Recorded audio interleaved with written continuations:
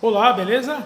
Dando continuidade ao conteúdo da disciplina Teoria Geral do Estado, nós estamos aí enfocando os aspectos históricos, falamos a respeito dos estados totalitários e agora vamos dar continuidade a isso.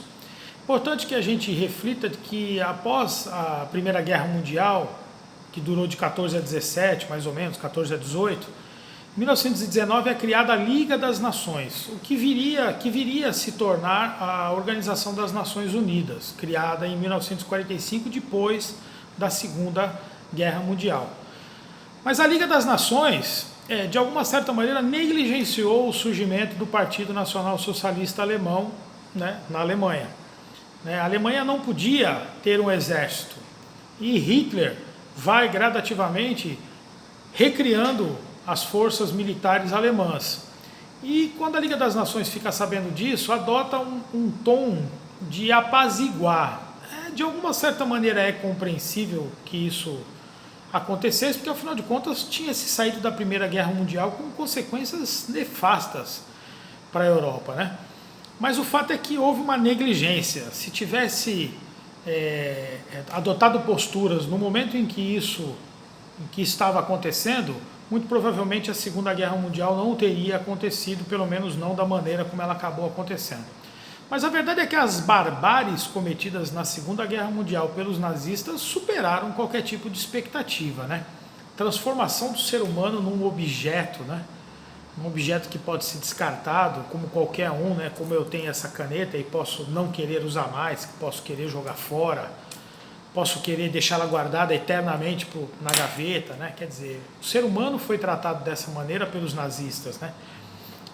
Especialmente por causa daquela questão racial, da supremacia racial.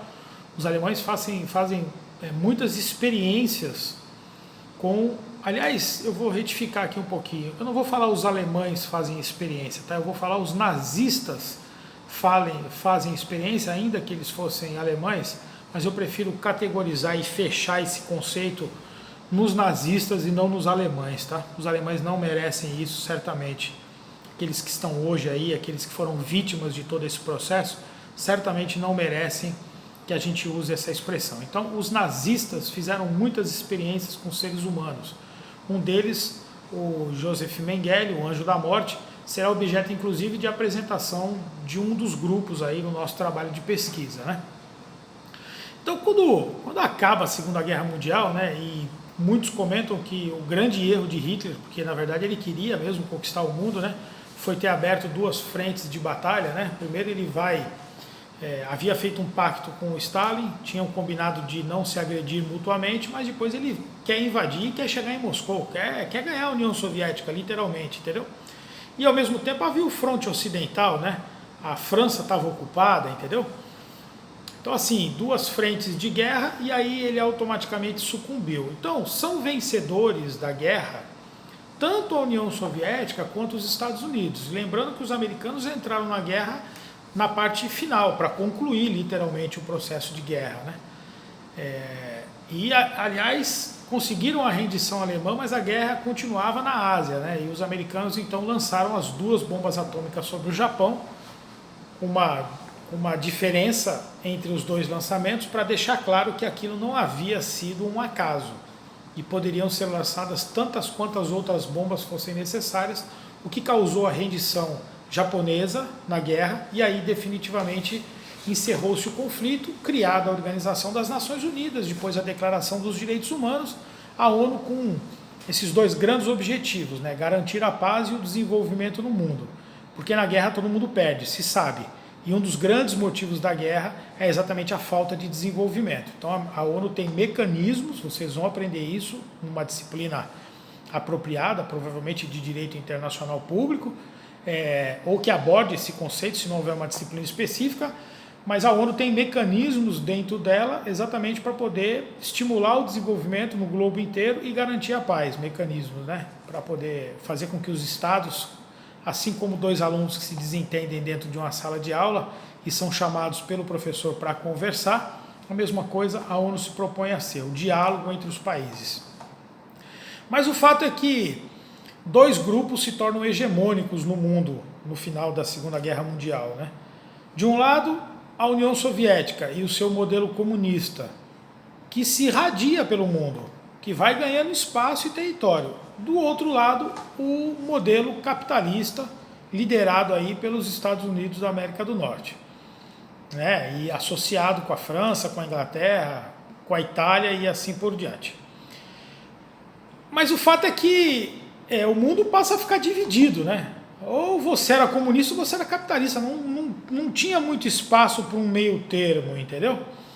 E vocês vejam que isso vai se materializar em alguns fatos muito interessantes, como por exemplo a Alemanha, né? A Alemanha acaba dividida em duas porções, né? A Alemanha Ocidental e a Alemanha Oriental. E a capital, inclusive Berlim, dividida por um muro esse que caiu em 1989. Eu te convido também a ouvir músicas do Pink Floyd, entendeu? In The Wall, né? Um som maravilhoso. Pink Floyd é uma banda maravilhosa, né? Fala a verdade, entendeu? Mas a queda do muro de Berlim foi significativa, porque só foi acontecer em 1989, né? E a Segunda Guerra Mundial acabou em 1945, a divisão da Alemanha, né? Em 1950 rola a Guerra da Coreia, né? A Península Coreana, entendeu? E Coreia do Norte e Coreia do Sul, divididos por uma linha reta, inacreditável, né, pessoal? Mas foi traçada uma linha no mapa, né? E eu, inclusive, fiz a sugestão na nossa videoconferência para que você assista um filme que está no Netflix, Operação Chromit, né? Que é um filme sobre a Guerra da Coreia, né? As forças americanas apoiando a Coreia do Sul, então o bloco liberal capitalista, né? Receberam uma ordem que só poderiam avançar até um determinado ponto do território coreano, um paralelo, né? E automaticamente dali para cima passou a ser a Coreia do Norte, comunista, né? Exemplos da maneira como o mundo acabou, de alguma certa maneira, convivendo com esse período de Guerra Fria, com duas potências muito fortes, muito relevantes, né? Vocês vejam que o que acontece em 1979, né? A União Soviética invade o Afeganistão, né? E rola uma revolução islâmica no Irã, pertinho do Afeganistão ali, né? Rola uma revolução islâmica no Irã. Eu te convido a assistir um filme também chamado Argo, fala sobre essa revolução islâmica no Irã em 1979. Né? A embaixada norte-americana é invadida, os norte-americanos apoiavam a ditadura, a monarquia que havia no Irã, né? E esse filme é interessante porque diz que quando o avião do Shah vai levantar voo em Teherã, fugindo da Revolução Islâmica, que queria lhe pegar de qualquer jeito, né? Quase o avião não conseguiu levantar de tão abarrotado de ouro e de riquezas que ele estava, entendeu?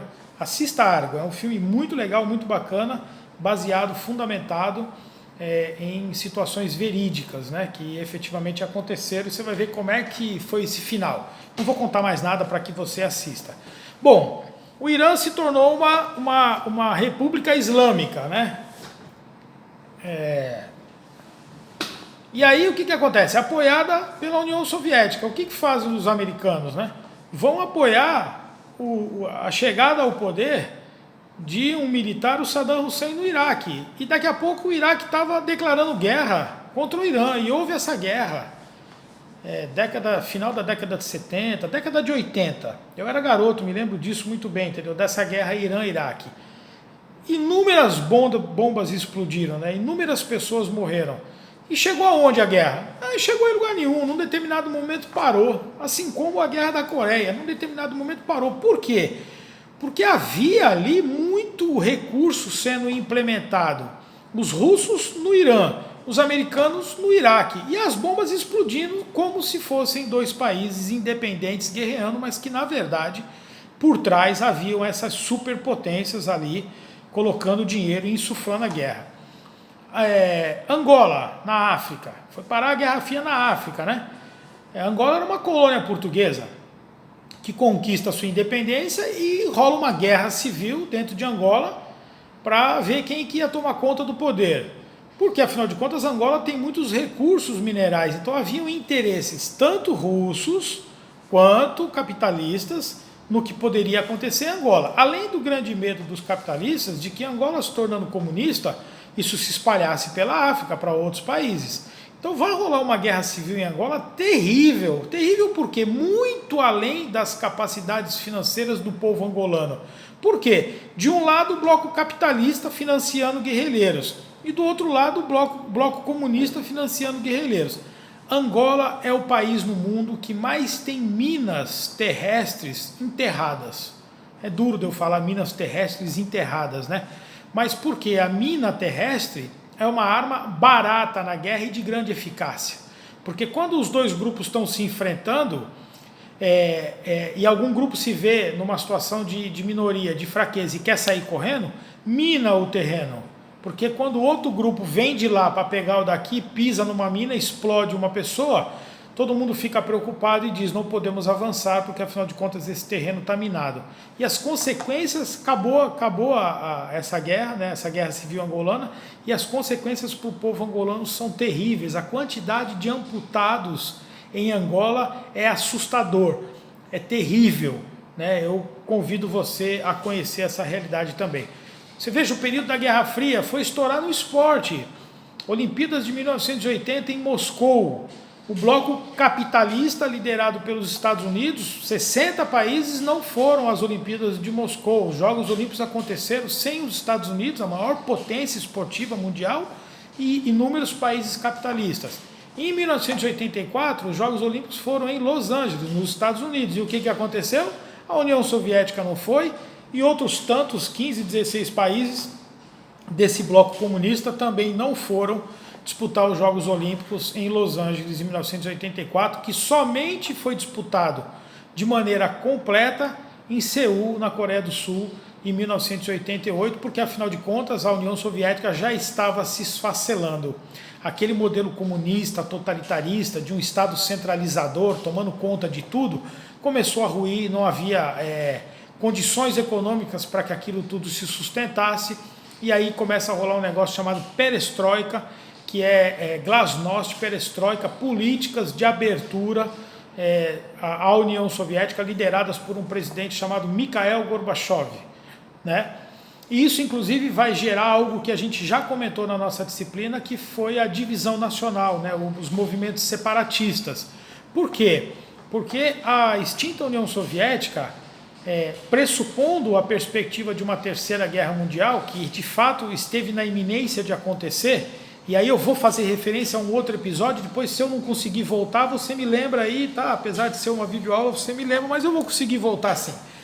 Mas um episódio, vocês vejam, nós estivemos muito perto de uma terceira guerra mundial, porque quando os Estados Unidos abriram os olhos, Cuba, que se tornou comunista numa revolução que fez no final da década de 50, começo da década de 60, né, os irmãos Castro adotaram o comunismo em Cuba. Quando os Estados Unidos abriram os olhos, Cuba estava cheio de mísseis com ogivas nucleares do lado do território americano. Era só apertar os botões e o míssil caía no território americano.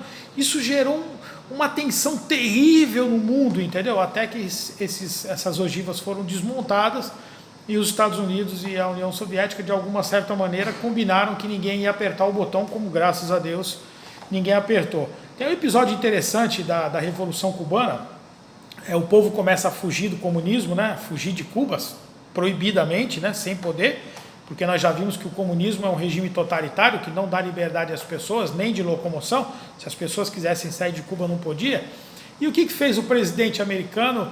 Ele abriu os portos americanos por um determinado período de tempo para que qualquer cubano que chegasse nos Estados Unidos seria bem recebido, seria bem-vindo. O que fez Fidel Castro?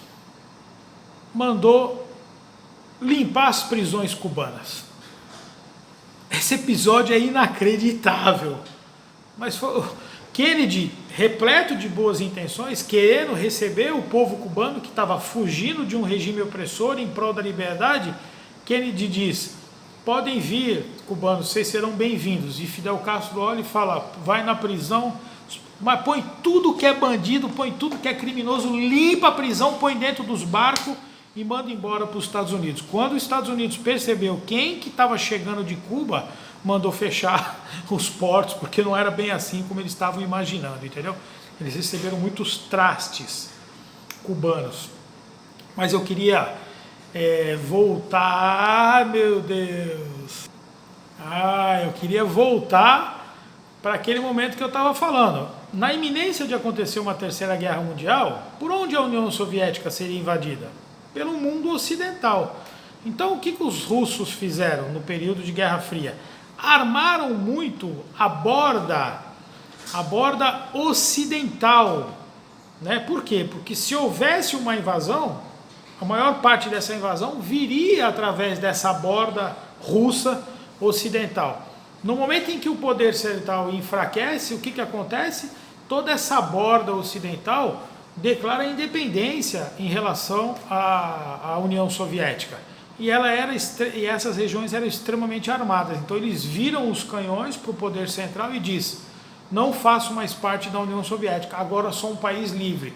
E automaticamente o mundo ocidental capitalista, que tinha interesse nesse esfacelamento do território russo, reconhece automaticamente os novos estados. O grande exemplo disso é a Ucrânia, enorme o território ucraniano, que vai declarar a separação do território, né, russo, e vai passar a ser um país independente. E percebam que interessante, finalizando esse assunto, ano passado, ano retrasado, recentemente, o que fez a Rússia? Invadiu a península da Crimeia na Ucrânia. Invadiu, tomou e falou: não entra aqui, aqui agora é terreno meu. Invadiu o território ucraniano, a Rússia invadiu o território ucraniano e disse: aqui agora é meu. A maioria do povo, deu uma justificativa lá, falou: a maioria do povo aqui dessa região é russo, fala russo, aqui antigamente era meu, lembra? Eu fazia parte da União Soviética, né? Vocês saíram, mas aqui essa região agora é minha, tomei na mão grande. Tomou na mão grande, mas por quê? Portos estratégicos, bases militares, marinha russa, possibilidade de navegar pelos mares do mundo aí através da península da Crimeia, entendeu? E interessante é que ninguém se opôs, né? Nossa, um país que invade o outro, toma um território na mão grande e ninguém falou nada. Falou nada por quê?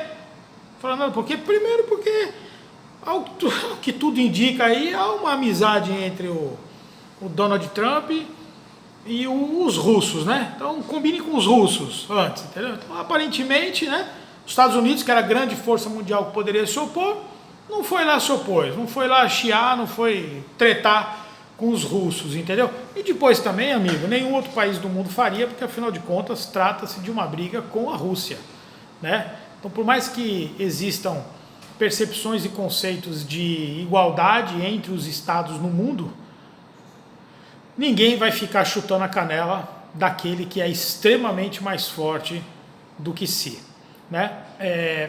Queria chamar a atenção, para finalizar aqui, sobre um episódio da história brasileira, né? Assista um filme chamado Olga, melhor do que assistir o filme, faz como o professor fez. Eu li o livro final da década de 80, começo da década de 90, eu li o livro Olga, né, de um jornalista, Alexandre de Moraes, e agora estou confundindo com o ministro do Supremo Tribunal Federal, agora me deu branco do nome do autor do livro Olga. Tem um amigo na sala aqui, podia bem pegar o nome do livro e me dar a dica aqui, eu falava para vocês, né? Mas agora me deu branco a respeito do autor, ele está pesquisando lá, eu já vou dizer para você, vou cravar o nome do homem que escreveu Olga, uma história verídica, real, que se transformou em filme. Então você tem a oportunidade de ver o filme. Fernando Moraes, entendeu? Eu sabia que tinha Moraes nessa história. Fernando Moraes, ele escreveu Olga, a história da Olga. Ela era alemã e judia e foi para a União Soviética, se tornou comunista, uma espiã que vem acompanhando Luiz Carlos Prestes. Luiz Carlos Prestes foi meu professor. Luiz Carlos Prestes, né? Um brasileiro, militar do Exército, que se torna um grande comunista, faz uma marcha aqui no Brasil, né? A coluna Prestes percorre inúmeros quilômetros no Brasil e depois tenta dar a intentona comunista, que talvez seja objeto da exposição de algum dos grupos aí que está fazendo aquele trabalho de pesquisa, tá bom? Então, vocês vejam que esses episódios da Guerra Fria, a busca da internacionalização do comunismo veio parar aqui no Brasil, né? E depois inúmeros outros movimentos de guerrilha durante o regime militar, tá bom, pessoal? Um abraço e até o nosso próximo encontro. Até logo.